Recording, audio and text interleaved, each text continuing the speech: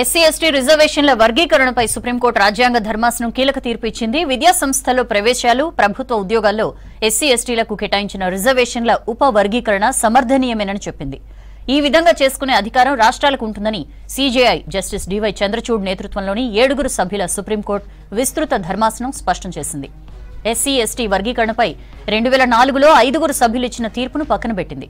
7 సభ్యుల ధర్మాసనంలో SC ST రిజర్వేషన్ల వర్గీకరణను సీజేఐ జస్టిస్ డివై చంద్రచూడ్ సహా 6 సమర్థించారు. జస్టిస్ బేలా త్రివేది విభేదించారు.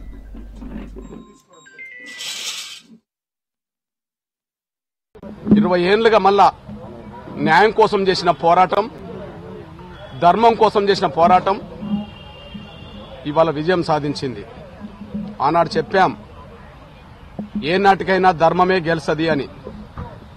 ఈరోజు సుప్రీంకోర్టు ఎస్సీ రిజర్వేషన్ల వర్గీకరణపై సుప్రీంకోర్టు చీఫ్ జస్టిస్ గారి ఆధ్వర్యంలో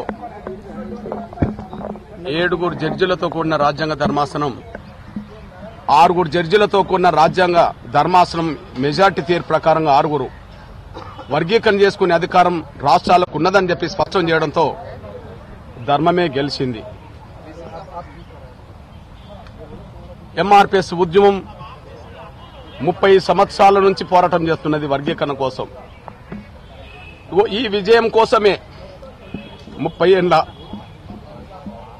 తపనతో కూడిన పోరాటం జరిగింది.